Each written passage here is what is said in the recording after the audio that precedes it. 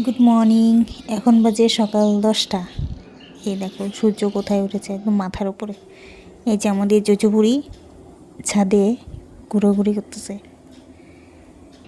আমার সাথে ছাদে আসছে জুজু, আমি কাজ করতেছি আর ও দেখে।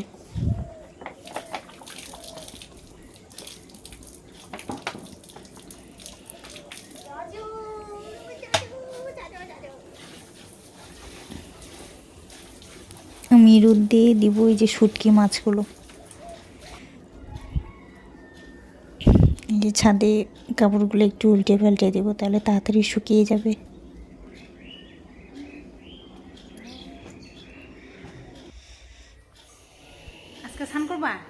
এই যে আমাদের জজু বুড়ি রান্নাঘরে খেতে চলে এসেছে। ওকে আমি বলছিলাম যে যদি আজকে তুই স্নান না করিস তাহলে হচ্ছে তোকে ঘুরতে নিয়ে যাবো না, সেই জন্য দেখছে। আরও মানে অন্যদের খুব হিংসা করে, যেমন হচ্ছে বিড়াল, তারপর বাইরের কুকুর, টিকটিকি, এগুলোকে খুব হিংসা করে। ওদের নাম বললে পরেই ও একদম মন খারাপ করে বসে থাকে। এই যে দেখো একদম মন খারাপ হয়ে গেছে, আর আমার সব কথা শুনতেছে যে আমি কি কি বলি কি না বলি সব।